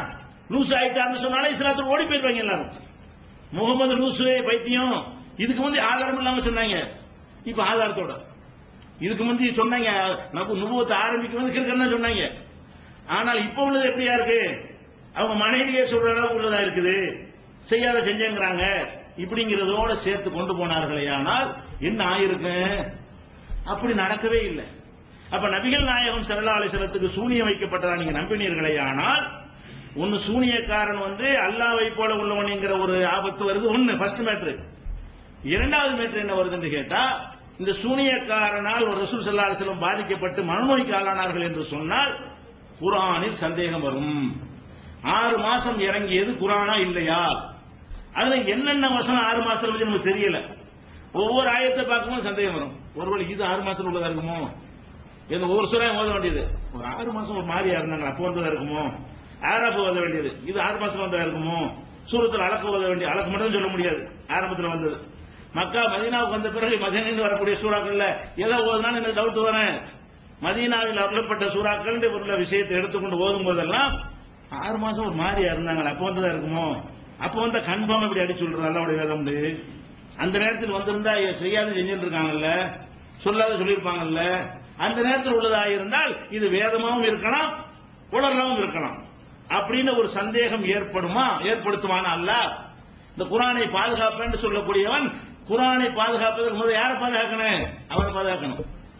அவருடைய உள்ளத்தை பாதுகாக்கணும், உடலை பாதுகாக்கட்டும். சரி, ரசூல் ஸல்லல்லாஹு அலைஹி குர்ஆனை பாதுகாப்போம் அல்லாஹ் சொல்றானே, இல்ல நாம் அருளினோம் நாம் பாதுகாப்போம் என்றால் எப்படி பாதுகாக்கிறது? அவர் உள்ளத்தை பாதுகாத்தா தான் கரெக்டா செய்தி வரும். உள்ளம் சிதைந்து விட்டது என்று சொன்னால் செய்தியும் சிதைந்து விடும். சிதைந்து விட்டால் குர்ஆன் பாதுகாப்பு இல்லாமல் போய்விடும். அப்ப நாமே பாதுகாப்போம் அல்லாஹ் சொன்னதுக்கு என்ன அர்த்தம்? குர்ஆனை நாமே இறக்கினோம், நாமே பாதுகாப்போம். அப்ப குர்ஆன் என்றது அல்லாஹ்வுடைய வேதம்ங்கிற அற்புதமா நினைக்கிறோமே, அந்த அற்புதம் கேள்விக்குறியானாலும் சரி எங்களுக்கு கவலை இல்லை. சூனியக்காரன் ஜெயிச்சான்னு சொல்லணும், ரசூலுல்லாஹ் தோத்தாங்கன்னு சொல்லணும். நிக்கிறார் உலமாக்கள் சொல்லி கொண்டு என்ன செய்யறாங்க? ஒரு சூனியக்காரன் ரசூலுல்லாஹ் கரட்டிட்டான், அவங்களை லூஸ் ஆக்கி விட்டான் என்று சொன்னால் புகாரி புகாரி வந்து விட்டது. அப்ப புகாரியில் இருக்கிற ஒரு காரணத்தினால் என்ன செய்வாங்களா? இந்த கேள்வியெல்லாம் கேட்பானு கேட்டா அவங்ககிட்ட கேட்பாங்க, எங்களுக்கு என்ன? மூமின்கள் நம்புவார்கள் இதை. மூமின்களுக்கு குர்ஆன்ல சந்தேகம் பதில். மூமின்களுக்கு குர்ஆன்ல சந்தேகம் வருமா? அப்படி அல்லாஹ் பார்க்கறான். மூமினுக்கு வரக்கூடாது, மற்றவனுக்கு வரக்கூடாது. அதுதான் எழுத கத்து கொடுக்கலங்கிறான். எழுத கத்து கொடுத்திருந்தால் வீணர்கள் சந்தேகப்பட்டிருப்பாங்க, வீணன் கூட சந்தேகப்படக்கூடாது. அவன் அல்லாஹ்வுடைய வேதம் நம்பினா தான் இஸ்லாத்துக்கு வருவான். என்று அல்லாஹ் தன்னுடைய ஸ்டைல சொல்லி இருந்த பிறகு கூட இவங்க என்ன செய்யறாங்க, சஹாபாக்கள் தான் நம்புவார்கள், இவர்களுக்கு தான் நம்பிக்கை இல்லை இப்படிங்கிற மாதிரி சொல்லி குர்ஆன் மீது சந்தேகத்தை ஏற்படுத்தி இதை இன்னொருத்தட்ட போய் சொல்லும் போது ஒரு முஸ்லீம் அல்லாத ஒருத்தன் இதை அவன் படிக்கிறான். இந்த மாதிரி ஒரு ஆளை சொல்ற எப்படி நம்புறது நினைக்க மாட்டான். இவரே லூஸ் ஆயிருக்காரு, 6 மாசம் இப்படி இருந்தாருங்கிறாங்க. இவர் சொல்லும் எப்படி ஏத்துக்கிறது? அதுபோக ஹதீஸ் பூராத்தையும் டவுட் வந்துடும். குர்ஆன்ல மட்டும் வராதுங்க. ரசூல் ஸல்லல்லாஹு அலைஹி வஸல்லம் ஹதீஸ் மதீனாவுல பேசின விஷயங்கள் இருக்குல்ல, ஹதீஸ்ல அறிவிக்கப்படும். கையை தூக்கினாங்க வரும்ல, இது 6 மாசத்துல உள்ளதா முந்தினதா? 6 மாசத்துல தூக்கி இருந்தா சும்மா தப்பா கூட தூக்கிருக்கலாம் தானே, மார்க்கத்தில் இல்லாம இருந்து செஞ்சிருக்கலாம் தானே. இது 6 மாசத்துல உள்ளதா மீதி உள்ள காலத்துல உள்ளதா எப்படி கன்ஃபார்ம் பண்றது? அப்ப ரசூல் ஸல்லல்லாஹு அலைஹி வஸல்லம் ஹதீஸ் அனைத்திலையும் டவுட் வந்துகிட்டே இருக்கும். மதீனாவில் அவர்கள் பேசிய பேச்சில்லை எல்லாம் இது சுயநினைவோடு பேசினதா, சுயநினைவு இல்லாமல் பேசியதா, எதுக்கெல்லாம் வரலாறு தெரியவில்லையோ அந்த மாதிரியான ஹதீஸ்களில் சந்தேகம் வரமா வராதா? இது ஹிஜ்ரி 1 நடந்து 2 நடந்து ஒரு வரலாறு தெரிந்தால் சந்தேகம் வராது. வரலாறு தெரியாத ஹதீஸ்களை படிக்கும் பொழுதெல்லாம் அதுலயும் சந்தேகம் ஏற்படுமா இல்லையா? அப்ப ஆமன்து பில்லாஹ் அல்லாஹ்வுல சந்தேகம், ரசூல்ல சந்தேகம், வேதத்துல சந்தேகம், ஈமான் கொண்ட 3 விஷயம். ஆமன்து பில்லாஹ் அல்லாஹ்வை நம்பணும், அல்லாஹ்விட்ட சந்தேகம், அல்லாஹ் பாதுகாக்கிறான் அது பொய்யா போச்சு. வேதத்தில் சந்தேகம், ரசூல் மேல சந்தேகம், இவ்வளவையும் இந்த சம்பவம் ஏற்படுத்துமா இல்லையா? உண்மையாக இருந்தால் ரசூல் ஸல்லல்லாஹு அலைஹி வஸல்லம் சூனியம் வைக்கப்பட்டு இருந்தது உண்மையாக இருக்குமே ஆனால் எல்லாத்திலையும் டவுட். ஈமான் ஆட்டங்கானது, ஈமான் முக்கியமானது. இஸ்லாம் இரண்டாவது சொல்லி ஏற்கனவே நம்பிக்கையில அல்லாஹ் பத்தின நம்பிக்கையில் ஒரு மாசு வரக்கூடாது. குர்ஆனை இறைவேதம் நம்பணும்னா கட்டுகளவு சந்தேகம் வரக்கூடாது. இறைவேதம் தான் அதனுடைய சந்தேகத்துக்குரிய எந்த ஒரு சாயலையும் நாங்க நம்ப மாட்டோம், அதில் சந்தேகம் ஏற்படுத்தக்கூடிய எந்த விஷயத்தை நாங்கள் நிராகரிப்போம் அப்படிங்கிற அளவில் இருந்தா தான் அது பெரிய ஈமானு. குர்ஆனையும் நாங்கள் நம்புவோம், சூனியத்தினால் 6 மாசம் பாதிக்கப்பட்டாங்க நம்புவோம், அதனால குர்ஆனில் சந்தேகம் ஏற்பட்டாலும் பரவாயில்லை நாங்கள் இதை நம்புவோம். எப்படி நீங்க நெஞ்சில கை வச்சு சிந்திச்சு பார்க்கணும், இது சந்தேகத்தை ஏற்படுத்துமா ஏற்படுதா? கண்டிப்பா ஏற்படுத்தும். நீங்க ஒரு மனிதனுக்கு மனநோய் ஏற்பட்டிருக்குது என்று சொன்னால் அவன் பேசி 6 மாசத்துல எல்லா பேச்சும் அப்படித்தானே ஆயிரும். ஒரு பத்திரத்தில் கையெழுத்து போட கூட செல்லாது. உலகத்தில் சட்டம் 6 மாசம் ஒருத்தர் சொத்து வித்துட்டாருன்னு வைங்களேன், சொத்து வித்துட்டாருன்னு சொல்ல உதாரணம் அப்படிலாம் குடும்பங்கள்ல வரும். எப்படின்னு கேட்டா அத்தாக்கார ஒரு பையனுக்கு எழுதி கொடுத்துருவாரு உசுரோட இருக்கும்போது, மீதி பிள்ளை தெருவில் விட்டுருவாரு. அப்ப மீதி பிள்ளை என்ன செய்வாங்க, வாப்பாக்கு மெண்டல் சர்டிபிகேட் வாங்குவாங்க. மீதி பிள்ளை என்ன செய்வாங்க, எங்க பாப்பா எழுதி கொடுத்தாரு அப்ப மெண்டலா இருந்தா பாருங்க, கோர்ட்ல செல்லாதுன்னு ஆக்கிருக்க வேண்டி செல்லாதுன்னு ஆக்கிற வாப்பா ஒரு பையனுக்கு எழுதி கொடுத்தாருல, ஒரு பையனுக்கு எழுதும் போது அவர் நல்ல ஆளா இல்ல லூசா இருந்தாரு அப்படின்னு டாக்டர் எல்லாம் காசு பழைய தேதியை போட்டு சர்டிபிகேட் கொண்டு வந்து கோர்ட்ல காட்டி எங்க வாப்பா லூசா செல்லாதுன்னு ஆக்கி எனக்கு பங்கு இருக்குன்னு ஆக்கிடுவாங்க. அப்ப இது எதுக்கு சொல்ல வரேன்னு கேட்டா ஒரு சட்டம் அப்படிதான் உலகத்துல. ஒரு மனநோயாளியா இருந்தாரையானால் இது கையெழுத்து போடும்போது இருந்தாருன்னு சொல்ல தேவையில்லை, அந்த காலகட்டத்தில் போட்டாலே போதும். 2 வருஷம் கையெழுத்து லூசா இருந்தாருன்னா அந்த 2 வருஷத்துல என்னைக்கு போட்டாலும் லூஸ் தான். அன்னைக்கு ஒரு நாள் தெளிவா இருந்தான்னு சொல்ல முடியாது. ஒரு சட்டம் அப்படிதான் உலகத்துல. இந்த சட்டங்கள் அறிவு கொண்டாட சட்டம் ஏற்றுறாங்க. அப்ப பகுத்தறிவோடு ஏற்றக்கூடிய இந்த சட்டங்கள் இப்படி இருக்குமே. இஸ்லாமிய நாட்டிலும் தான் சட்டம், ஒரு இஸ்லாமிய நாடு இருக்குது. இப்ப இந்த மாதிரி ஒருத்தன் லூசா இருக்கான்னு நிரூபிச்சிட்டீங்கன்னா அவன் கையெழுத்து செல்லாதுன்னு சொல்லுவோம். இப்ப நம்மளும் அதான் சொல்லுவோம். இப்ப நீங்க ஆட்சி இந்த உலமாக்கள் இருக்காங்க, இவங்க ஆட்சியா அப்படி சொல்லுவாங்க. இவங்க இன்னைக்கு ஒரு ஆட்சியில் உட்கார வச்சு இவங்க காலத்தில் இப்படி வழக்கு வந்து எங்க வாப்பா லூசா இருந்தாங்க நினைச்சுவாங்க, லூசா இருந்தாலும் தெரிஞ்சுவாங்களா? அப்ப எல்லாரும் இந்த தீர்ப்பு தான் கொடுக்க போறீங்க. அப்ப அதெல்லாம் கரெக்டா இருப்பீங்க, மார்க்கெட்டில் இருக்க மாட்டீங்களா? உலக விஷயத்துல கேர்ஃபுல்லா இருப்பீங்க, சொத்து விஷயம் கரெக்டா இருப்பீங்க, அதுக்கு என்ன அளவு கூட கரெக்டா எடுப்பீங்க. அல்லாஹ்வுடைய தூதர் விஷயம் வேற விஷயம்னா என்னோட தொலைஞ்சிட்டு போகுது. அப்படிப்பட்டவனால் தான் இதை சொல்ல முடியும். என்னென்ன தொலைஞ்சிட்டு போகுது எவன் நினைக்கிறானோ, குர்ஆன் மீது பக்தி வச்சுக்கிற எவனும் சொல்ல மாட்டான், ரசூலுல்லாஹ் மேல முகப்பத் வச்சுக்கிற எவனும் சொல்ல மாட்டான், அல்லாஹ்வை மதிக்கிற நம்புகிற எவனும் இதை சொல்ல மாட்டான். ரசூல் ஸல்லல்லாஹு அலைஹி வஸல்லம் அவர்களே ஒரு யூதன் சூனியை வைத்து சாய்த்து விட்டான், லூசாக்கி விட்டான் எப்படி சொல்ல முடியும்? இந்த வகையில் சிந்தித்து பார்த்தீர்களேயானால் இது புகாரில் வந்தால் கட்டுக்கதை, இது பொய். இன்னும் சொல்ல போனா இந்த சூனியங்கிறது பெரிய பயங்கரமான ஒரு விஷயம். ஒரு சாதாரண ஒரு மனிதனுக்கு ஒரு விஷயம் ஏற்படுச்சுன்னு வைங்களேன், அது மக்கள் வேகமா பரவாது. ஒரு பாரதூரம் பெரிய தலைவராக இருக்கிற ஒரு ஆளுக்கு பரவிச்சுன்னு வைங்க, ஊர் உலகத்தான் தெரிஞ்சிடும். இதை ஆயிஷா நேரத்தில் யாருமே அறிவிக்கல. சூனியம் வச்சிருந்தா போயிருப்பாரு. இப்ப எனக்கு வைத்தோட இருந்தா ஊருக்குள்ள போயிருது. சாதாரண ஒரு மனுஷன் எனக்கு ஒரு கேன்சர் வந்து ஆபரேஷன் அதை ஊருக்கு அப்படி உலகத்துக்கே தெரிஞ்சு போச்சு. அப்ப அல்லாஹ்வுடைய ரசூல் இப்படி நம்ம சாதாரண ஒரு மனிதனையே இப்படி பண்றாங்கன்னு சொன்னா, அப்ப அல்லாஹ்வுடைய ரசூலுக்கு இப்படி ஏற்பட்டது என்று சொன்னால் மதீனாவை தாண்டி உலகத்துக்குலாம் அந்த உலகத்துக்குலாம் போயிருக்குமா இல்லையா? முகமதுக்கு மேற்றாமல என்னமா ஆயிடுச்சாமல அப்படின்னா எவ்வளவு பேர் அறிவிச்சிருப்பாங்க? யாரும் அறிவிச்சிருக்காங்களா? ஆயிஷா நாயகி பேர்ல அறிவிக்கப்படுற இந்த செய்தியை தவிர இந்த செய்தி நூற்றுக்கணக்கான சகாபாக்கள் ஆமா நானும் முழுசா பார்த்தேன் ஏன் இப்படி உளர்றாங்க இப்படி எவ்வளவு விட்னஸ் செய்திகள் வந்திருக்கு. அதை ஒட்டி அது ரிலேட்டிவ் எவ்வளவு செய்தி வந்திருக்கு.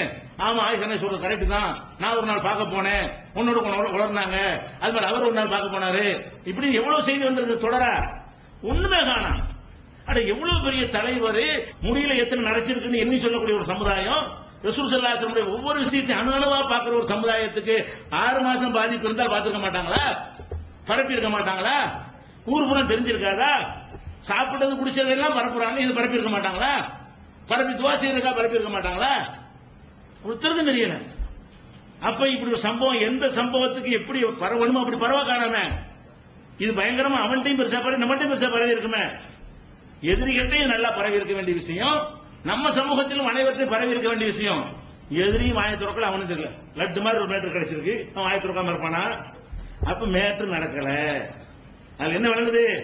ஆயிஷா நாயகி பேரை பயன்படுத்தி யாரோ இட்டு கட்டினதை புகாரி நம்பி எழுதி வைத்து விட்டார். அது யாருன்னு தெரியவில்லை. நம்ம வெளிப்படையா நல்ல ஆளாக காட்சியளிக்கிறார்கள். அது யாருன்னு தெரியாட்டால் மேட்ரு சொல்றது பொய்யின்றது, இந்த மேட்ரு சொல்றது தப்புன்னு சொல்லி இப்படி நம்ம சிந்தித்து பார்த்தோமே ஆனால் சூனியம் இல்லைன்னு வழங்குதா? 2.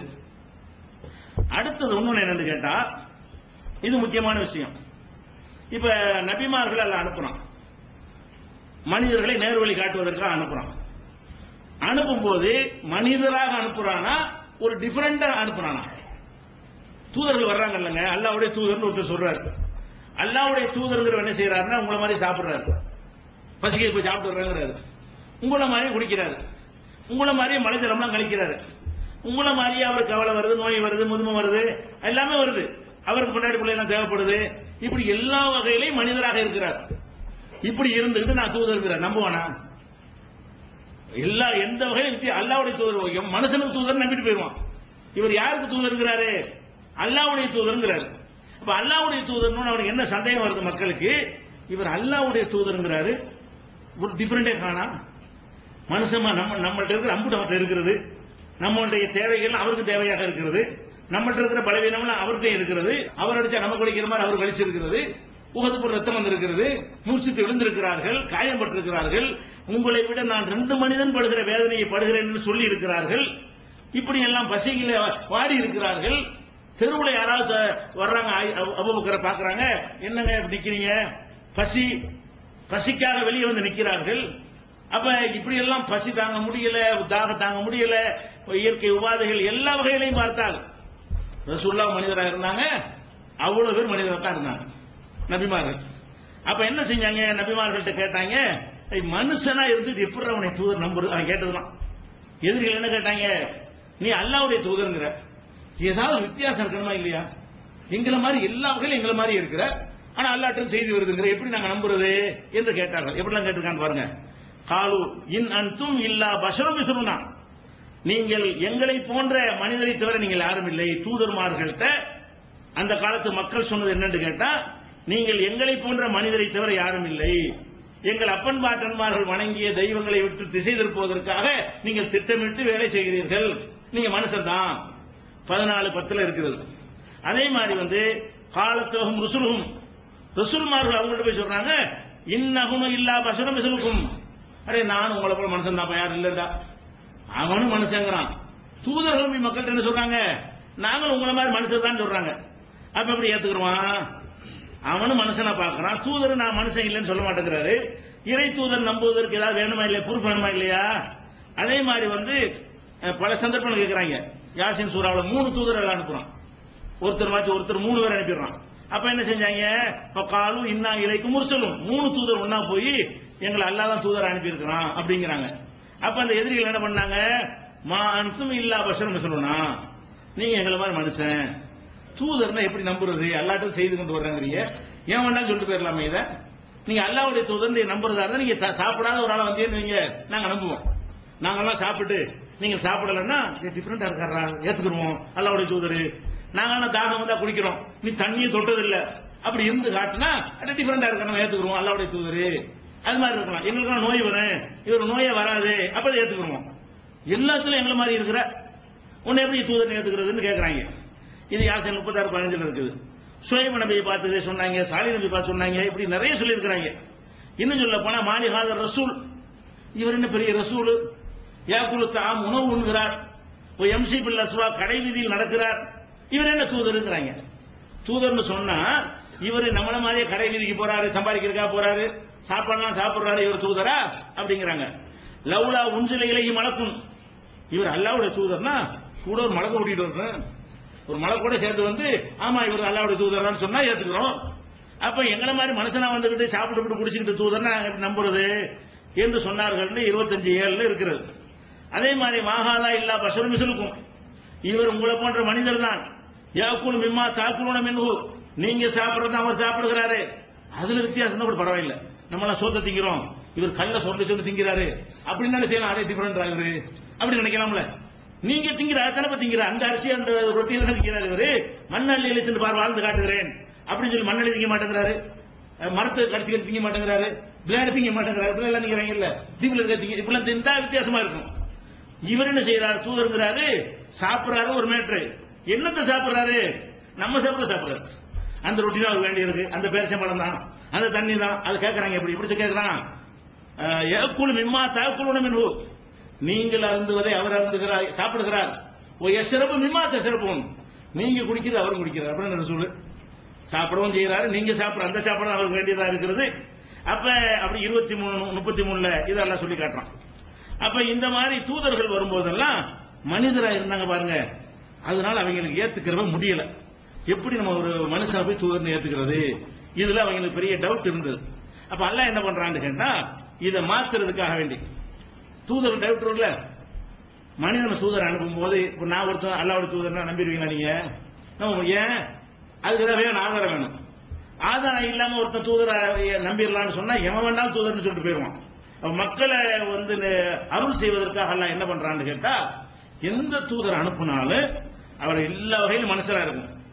சில அற்புதங்களை ஒன்று செஞ்சு காட்டணும். மனிதன் செய்ய முடியாத சில செய்திகளை இந்த பார் அல்லாஹ் எனக்கு கொடுத்துருக்கான், இது செஞ்சு காட்டுறேன் பாரு அப்படின்னு காட்டினவுடனே இது யாரும் செய்ய இயலாது. மனிதன் செய்ய முடியுமா? மனிதன் செய்ய முடியாத ஒன்றை என் மூலம் அல்லாஹ் வெளிப்படுத்தினால் நான் தூதரா இல்லையா? நான் இதை செய்யல, நான் தூதர் என்று காட்டுவதற்கு அல்லாஹ் என்னிடமிருந்து இதை வெளிப்படுத்தி காட்டுகிறான் அப்படின்னு அவர்கள் சொல்லும் பொழுது அப்ப அவங்க ஏத்துக்குவாங்க. மூசா நபி மனிதனா இருந்தாரு, இன்னும் சொல்ல போனா அவர் திக்கு வாய் உலக கூட பேச தெரியாது, அப்படி இருந்து அவர் தூதர் அல்ல அனுப்புறான். அனுப்பி என்ன செய்யறான், கைத்தறிய போறாரு, பாம்பா மாறுது, கைத்தறி பாம்பா மாற கைத்தறியா தான் இருக்கும். இது அற்புதம். இது எதுக்குரிய ஆதாரம்? அவர் தூதர் என்பதற்கு ஆதாரம். இதை யார் செய்ய முடியும்? ஒரு கைத்தறியை கீழே போட்டு நிஜ பாம்பாக மாற்றுவதாக இருந்தால் அவனுக்கு தான் செய்ய முடியும், எந்த மனிதனாலும் செய்ய முடியாது. அப்ப யாருக்கு செய்ய முடியுமோ அவன் தந்தான் என்று சொல்லி அதை போடுகிறாரு, அது பாம்பா மாறுகிறது என்று சொன்னால் இப்ப அவர் தூதருக்கு ஆதாரமாச்சா இல்லையா? இவர் அவன் தான் அனுப்பியிருக்கிறான். அந்த மாதிரி 1-2 அற்புதங்களை அல்லாஹ் கொடுத்திருக்கிறான். அது திருக்குறான்ல சொல்லி காட்டுறான் பாருங்க. எதுக்குன்னா இதையும் மறுக்கிற மாதிரி ஒரு சிகருங்க சொல்ல வரேன். பொய்யின் கதபூக்க நபியே, அவர்கள் உன்னை மறுப்பார்களே ஆனால் குதிப ருசுலுமின் கபலிக்க, உனக்கு முன்னால் எவ்வளவு தூதர் மறுக்கப்பட்டிருக்கிறாங்க, உன்னை மட்டும் மறுக்கிறாங்க. ஜாவு பில் பையினாத்தி, அவர்கள் ஏராளமான சான்றுகளை கொண்டு வந்தார்கள். முந்தைய தூதர்மார்கள் என்ன கொண்டு வந்தாங்க? அற்புதங்களை கொண்டு வந்தார்கள். ஒரு சுபுரி ஒரு கிதாபில் முனீர், தெளிவான வேதங்களையும் அற்புதங்களையும் கொண்டு வந்தார்கள். அப்பவும் மறுத்தாங்க என்று அல்லாஹ் சொல்லி காட்டுகிறான். அப்ப முந்தைய தூதர்களுக்கு எல்லாருக்கும் என்ன கொடுக்கப்பட்டிருக்கு? அற்புதம் கொடுத்திருக்கு. 384 இருக்கு. அதே மாதிரி இன்னொரு வசனத்தில் சொல்றாங்க 7:101 உலக தில்கல் குரான் அகுஸ் அலைக்கும் நம்பாயிகா, இந்த ஊர்களை பற்றிய வரலாறுகளை உனக்கு நான் சொல்கிறேன் அல்லாஹ் சொல்றான். சொல்லிவிட்டு வலக்கது ஜாத்துஹும் ருசுலுஹும் பில் பையினாத்தி, அவர்களுடைய தூதர்கள் அவர்களிடத்தில் பையினாத்துன்னு அற்புதங்களை கொண்டு வந்தார்கள், ஆனால் அவர் நம்பவில்லை என்று சொல்லி 7:101 சொல்றான். அதே மாதிரி 9:70 நூஹ் நபி, ஆது, சமூது, இப்ராஹிம் நபி, மதியன் எல்லாத்தையும் சொல்லிவிட்டு சொல்றான் அத்தத்துஹும் ருசுலுஹும் பில் பையினாத், இவங்களுக்கு அவங்களுடைய தூதர்கள் அற்புதங்களை கொண்டு வந்தார்கள். இவ்வளவு சமுதாயங்களுக்கு சும்மா தூதர்னு சொல்லவில்லை, அற்புதங்களை கொண்டு வந்து காட்டி இந்த பாரு நல்லவுடைய தூதர் என்பது ஆதாரம் என்று சொன்னார்கள். ஆனாலும் அவர்கள் என்ன செய்யல, ஏற்றுக்கொள்ளல அப்படின்னு 9:70 சொல்றான். இந்த 9:70 கூடுதலா ஒரு விவரம் இருக்குது. என்ன விவரம் கேட்டா, இந்த அற்புதம் கொடுக்கலன்னு வைங்க, அது மனுஷனுக்கு நான் செய்யற அநீதிங்க. நல்லா அற்புதமே கொடுக்காம ஒரு ஆளை நம்பி நீ ஏத்துக்கணும், நம்ம அறிவு ஏத்துக்கிறோமா? ஒரு ஆள் நான் தான் அல்லாஹ்வுடைய தூதர்ங்கிறாரு, எந்த வேறுபாடும் இல்ல, அல்லாஹ் தான் அவர் அனுப்புனான் என்பதை நிரூபிக்க ஒரு ப்ரூஃப் கூட இல்ல. அப்படி அனுப்பி இருந்து ஏத்துக்கண்டா அல்லாஹ் செய்த அநீதி அது. நம்ம எப்படி நம்புவோம்? நம்ம ஏதாவது ஒரு தூதரை அனுப்பி வைத்து விட்டு நம்மளோட குற்றம் சாட்ட முடியுமா? இது சொல்லிட்டு அல்லாஹ் சொல்றான், ஃபமாகான் அல்லாஹு லியظ்லிமஹும், ஏன் அற்புதம் கொடுத்தேன் என்று சொன்னால் அவர்களுக்கு அல்லாஹ் அநியாயம் செய்யறவன் இல்லை. அநியாயம் செய்யக்கூடாது. அவனை தூதரை அனுப்புனா நீ ஏத்துக்கிற மாதிரி அனுப்பணும், நீ மறுக்கிற மாதிரி அனுப்பக்கூடாது. இப்ப ஏத்துக்கிற மாதிரி அவர் தூதர் தான் என்பதை உன் அறிவு ஏற்று நம்புற மாதிரி சான்றோடு தான் இருக்கணும். அதுக்கு செஞ்சேன் என்று 9:70 சொல்லி காட்டுறோம். இதே மாதிரி 10:13 எடுத்து பாருங்க, 10:74 எடுத்து பாருங்க, 35:25 பாருங்க, 40வது அத்தியாயம் 22 வசனத்தை பாருங்க, 40:50 பாருங்க, 57:25 பாருங்க, 64:6 இந்த வசனங்கள்ல எல்லாம் எந்த தூதரை எல்லாம் அனுப்பினாலும் வீசுநகை வெறுங்கையுமா வரமாட்டார். எதோட வருவாரு? நான் தூதர் என்று அந்த மக்கள் நம்புவதற்கு ஏற்ற சான்றோடு அற்புதத்தோடு வருவார். அதை காட்டும் மக்கள் நம்புவாங்க. நல்லவங்க நம்புவாங்க, புடிவாதக்காரன் நம்ப மாட்டான். அல்லாஹ் யாருக்கு சீல் வச்சுட்டான் அவன் நம்ப மாட்டான். ஆனா நம்புற மக்கள் எதை வச்சு நம்புறாங்க? நம்மள மாதிரி எல்லா வகையிலும் இருந்தாலும் இவர் ஒரு ஒட்டகத்தை கொண்டு வந்திருக்கிறாரு, டிஃபரெண்டா இருக்குது, பாறையில இருந்து ஒட்டகம் அற்புதத்தை கொண்டு வந்திருக்காரு, இவர் பறவைக்கு உயிர் கொடுக்கிறாரு, இவர் செஞ்ச அற்புதம், இவர் கைத்தறிய பாம்பாக்குறாரு, அது இது அற்புதம், இப்படின்னு ஒவ்வொரு நபியும் செய்த அற்புதங்களை பார்த்து விட்டு இவர் அல்லாஹ்வுடைய தூதர் நம்பினார்கள். அப்ப ஒரு தூதர் நம்புறதா இருந்தால் எதை வச்சுதான் நம்பணும்? அற்புதத்தை வச்சுதான் நம்பணும். இப்படிதான் அல்லாஹ்வுடைய ஸ்டைல். ஆதம் அலைஹிஸ்ஸலாத்துல இருந்து ரசூலுல்லாஹ் வரைக்கும் எந்த தூதர் அனுப்பினாலும் அவரை தூதர் என்று மக்கள் நம்பணும் என்பதற்காக மனிதன் செய்ய இயலாத ஒன்றை செய்து காட்டி, அவர் வழியாக செய்து காட்டி தூதர் என்று நிரூபிப்பார். அற்புதம். அற்புதம் என்னது? எந்த மனிதனும் செய்ய முடியாது. அப்படியான ஒன்றை அவர் செஞ்சு காட்டுவார். அதாவது அவர் மூலம் அல்லாஹ் செஞ்சு காட்டுவான். ஒன்னோ ரெண்டோ, அது தூதர் என்பதற்கு ஆதாரம். இப்படியாக அல்லாஹ் செஞ்சுட்டே வர்றான். அப்படி இருக்கும்போது இப்ப நபிகள் நாயகம் ஸல்லல்லாஹு அலைஹி வஸல்லம் அல்லாஹ்வுடைய தூதர்ங்கறாங்க. தூதர்ங்கறாங்களா, பெரிய அற்புதம் குர்ஆன்ட்டாங்க. இப்ப அந்த தூதரைய ஒருத்தன் அற்புதத்தை வீழ்த்திட்டான். தூதரை நிரூபிக்கிற எதை வச்சு? செய்ய முடியாத ஒன்றை செய்து காட்டி அதன் மூலமா தான் தூதரை நிரூபிக்க வேண்டி இருக்கிறது. இந்த சூனியத்தை நீங்க நம்பினீர்களே, ஆனால் ரசூல் ஸல்லல்லாஹு அலைஹி வஸல்லம் அவர்களுக்கு சூனியம் வைக்கப்பட்டது நம்பினால் என்ன வருது? எங்கே இருந்து கொண்டு அவன் ஏதோ செய்து இவரை மனநோயாளி ஆக்கிவிட்டான் என்று சொன்னால் இது அற்புதமா இல்லையா? இது மனிதன் சாதாரணமா செய்ய முடியாத ஒரு பேரற்புதமா இல்லையா? இப்படியான அற்புதம் அவருக்கு எதிராக செய்யப்படுமையானால் அப்ப அந்த மக்கள் நிலை எப்படி மாற? இவர் ஏதோ ஒரு அற்புதம் செஞ்சார் ரசூல் நினைச்சோம், இவரையே பிறகு பெரிய அற்புதம் அவன் செஞ்சு போயிட்டான், ஆலயம் முழுசாக்கி விட்டானே, 6 மாசத்துக்கு செயல்பட முடியாம ஆக்கி விட்டானே, அவன்ல பெரிய அற்புதம், அப்ப இவர் தூதர் இல்ல, அந்த முடிதான வருவான். அற்புதத்தை பார்த்து மூசா நபி என்ன செய்யறாங்க? அற்புதம் செய்யறாங்க, கைத்தடியை போட்டு பாம்பாக்குறாங்கன்னு வைங்க. மூசா நபியை ஒருத்தர் லூசாக்கிட்டான்னு வைங்க. நீ பாம்பாக்குறியா, நான் என்ன பண்றேன் பாருன்னு சொல்லி அவன் இதை பண்ணி மூசா நபி நினைக்கிறான். இப்ப மூசா நபி எடுத்துக்குவாங்களா? அவர் செஞ்ச அற்புதத்தை வைத்து நம்பினவங்க கூட அவரே பரட்டிட்டான இவன், இவர் பாம்பா தானே பாக்குனாரு, இவன் ஆள்லயே விளையாண்டுட்டானே, யார் அல்லாஹ்வுடைய தூதர்னு சொல்றீங்களா அவரையே ஒண்ணுமில்லாம ஆக்கிட்டானே, அவர் என்ன செய்யறோம் அவருக்கு தெரியாதவங்க ஆகிட்டானே அப்படின்னு சொன்னா தூதர்கள் நம்புவாங்களா? அப்ப தூதர்கள் மீது பெரிய அற்புதத்தை மற்றவன் செஞ்சு காட்டிடக்கூடாது. தூதர்கள் காலத்தில் தூதர்களை மிஞ்சுகிற வகையில் ஒரு அற்புதத்தை மற்றவன் செய்து காட்டினால் அப்ப அந்த தூதர் மீது சந்தேகம் வந்துவிடும். ஏன்? அற்புதத்தை வைத்துத்தான் அந்த மக்கள் நம்புறாங்க தூதரைய. இப்ப ரசூல் ஸல்லல்லாஹு அலைஹி வஸல்லம் காலத்தில் அவங்க குர்ஆனை கொண்டு வந்தாங்க, அற்புதம் நினைக்கிறோம். வேறு சில அற்புதங்கள்லாம் நிகழ்ந்தது, சந்திரன் கூட பிளந்தது இரண்டாக, அப்படி எல்லாம் வானத்தில் காட்சியெல்லாம் காட்டினாங்க. இந்த அற்புதங்களை எல்லாம் மிஞ்சிற அற்புதமா இது இல்லையா? 6 மாச காலம் அவங்களை செயல்பட முடியாம ஆக்கி, செஞ்சதை செய்யறேன்னு சொல்ற ஆக்கி, மனநோயாளியை ஆக்கி விட்டாங்க என்று சொன்னால் இவன் பெரிய ஆளா இருக்கானப்பா, இவரை பெரிய அற்புதம் செஞ்சார் ரசூல் நினைச்சோம், இவன் பெரிய லபீது பெரிய ஆளா இருக்கானே, அவன் லபீது பயங்கரமான ஆளா இருக்கானே, அவர் முன்னால் இவர் தோத்துட்டார், ஆன்மீகத்தில் தோத்து விட்டார் என்று சொன்னால் தூதன் ஏத்துக்குவானால் அப்ப மக்கள் என்ன பண்ணிருப்பான்? அன்னைக்கு யூதர்கள் இப்படி நடந்து இருந்தா பயங்கர விழாவை கொண்டாடி இருப்பான். என்ன தூதரு, அல்லாஹ்வுடைய தூதர் அதை செஞ்சாருயா, அவருக்கு நான் என்ன செஞ்சேன்னு பாரு, அவரே நான் என்ன மாதிரி மந்திரத்தில் பண்ணிருக்கேன்னு பாரு, அருவாளை வச்சு வெட்டி கத்தியால குத்தினா அது வெற்றி கொண்டாட முடியாது. இவன் அற்புதம் செஞ்சு காட்டிருக்கான்.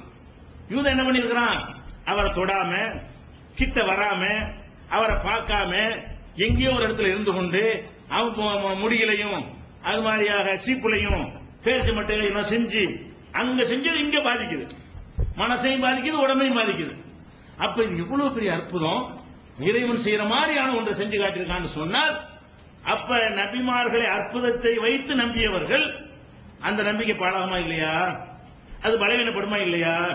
என்னடா அதை வச்சு நம்ம நம்பி இருக்கிறோம், இவர் இதை ஒன்று ரெண்டு இதை செஞ்சு காட்டினாரு, இவன் அதை விட பெரிய ஆளா இருக்கிறான், அப்ப இது போலி. மூசா நபி காலத்தோட அந்த அற்புதம் செய்யும்போது சிறுவன் என்ன பண்ணா, என்கிட்ட மந்திரவாதி இருக்கான், பின்னாடி வளர்ப்போம், என்னிடத்துலயும் மந்திரவாதி இருக்கான், வரியா போட்டி வைக்கிறான். போட்டியில் யார் ஜெயிச்சது? மூசா நபி ஜெயிச்ச. அப்படி காட்டுவான்ல, அவனு ஏதாவது செய்ய வந்தா கூட எது மிகிச்சுன்னு. இப்ப ரசூல் ஸல்லல்லாஹு அலைஹி சூனியம் வச்சான்னு வைக்கிறேன், இப்படி வரணும்.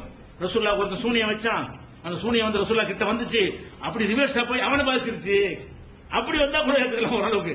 அவன் சூனியம் வச்சான், ரசூல்லாவை அழிக்கிறதுக்கு வந்துச்சு, கிட்ட வந்து ரசூல்லா நினைச்சாங்க, அவர் டைவர்ட் பண்ணி விட்டாங்க, அது போய் அவனை இப்படியா சொல்லி தொலைச்சா, சரி அவனும் செய்ய முடியலண்டாயிரும். சூனியக்காரனுக்கு யாரை ஜெயிக்க முடியல, ரசூலை ஜெயிக்க முடியலண்டாயிரும். அப்ப சூனியக்காரன் ரசூலை ஜெயிக்க முடியாது என்று இன்னும் சொன்னான்ல, லா இப்படி சாஹிரு ஹைது அத்தா, சூனியக்காரன் வெற்றி பெற முடியாது, சூனியக்காரன் செய்ய முடியாது, வெற்றி பெற மாட்டான் என்று அல்லாஹ் குர்ஆன்ல சொல்லி காட்டுறான். அது பின்னாடி வரும் குர்ஆன்ல குர்ஆன்ல என்னென்னவா இருக்குன்னு சொல்லி. இப்ப நம்ம என்ன பிரச்சனை பார்க்கிறோம் என்றால், நபிகள் நாயகம் ஸல்லல்லாஹு அலைஹி வஸல்லத்துக்கு சூனியம் செய்து இருப்பார்களேயானால் நிறைய பேர் முர்த்ததா இருப்பாங்க. இஸ்லாத்தை ஏத்துனாங்க இல்லையா, அற்புதத்தை பார்த்துட்டு ஒண்ணும் இல்லப்பா புசுக்குன்னு போச்சு, அவன் கை ஓங்கிருச்சு, யாரு கை ஓங்கி இருக்கும், மந்திரத்தால் ஆன்மீக பலத்தால் அவன் கை ஓங்கி இருக்கும் பொழுது இதை விட்டு போயிருப்பாங்க, அவன் கொண்டாடி இருப்பான். அதுக்கு பிறகு இஸ்லாம் வளர்ந்தே இருக்காது. ஆனா நடந்தது என்ன, யூதரை இல்லாத அளவுக்கு அவ்வளவு பெரிய இஸ்லாத்துக்கு வந்துட்டாங்க. ரசூலுல்லாஹ்வுடைய கடைசி காலத்துல எல்லாரும் இஸ்லாத்துக்கு வர அளவுக்கு வளர்ந்துச்சா இல்லையா? அப்ப இது நடக்கலன்னு உங்களுக்கு உங்க அறிவு சொல்லுதா இல்லையா? நபி ஸல்லல்லாஹு சூனியம் வைக்கப்பட்டு இருந்தால் அன்றோடு ஸ்டாப், இஸ்லாம் வளர்ந்திருக்காது. இவரை வீழ்த்திட்டாங்க, இவரோட அவன் பவரான மந்திரவாதி, இவர் செஞ்ச மந்திரத்தை விட அவன் செஞ்ச மந்திரம் பெருசு வருமா இல்லையா? இன்னும் என்னென்ன விதமான பாதிப்புகளை எல்லாம் அந்த சூனியம் ஏற்படுத்துது, எத்தனை வசனங்களுக்கு எதிராக நிற்கிறது என்பது இன்ஷா அல்லாஹ் அடுத்தடுத்து பார்க்கலாம். அல்லாஹ்